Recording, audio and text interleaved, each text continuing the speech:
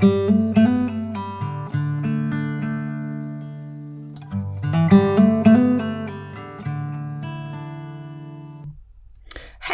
YouTube world, I'm back and this is a quickie, a little video, a little 12 by 12 canvas. It is a seascape, again, but I have a, not an exhibition, I have a market stall coming up at a festival, local festival, so I'm kind of churning out stock at the minute because I'm low on stock at the time I speak to you, which I never thought would be the case. So I'm going to be doing a few small paintings. I won't record them all because they'll get to be much of a muchness, but this is just using, again, leftover paints. If you've been following along, you'll know the colours. I'll list them in the description. But this little painting turns out to be rather special. So I'll leave you to some music and I will catch up with you at the end.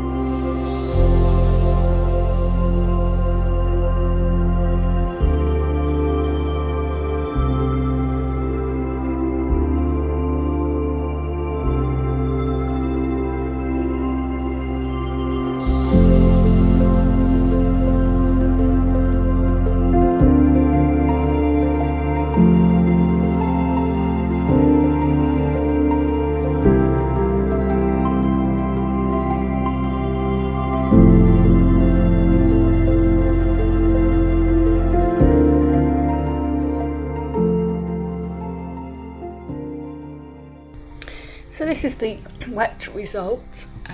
Lovely things happening up there with the different activators that I use. I love the watery effects. I went in quite closely with a torch there because I just wanted to see what kind of effects that I could get. Look at that lovely lacing. And I love the way the gold's just melted and merged there into the indigo that I used.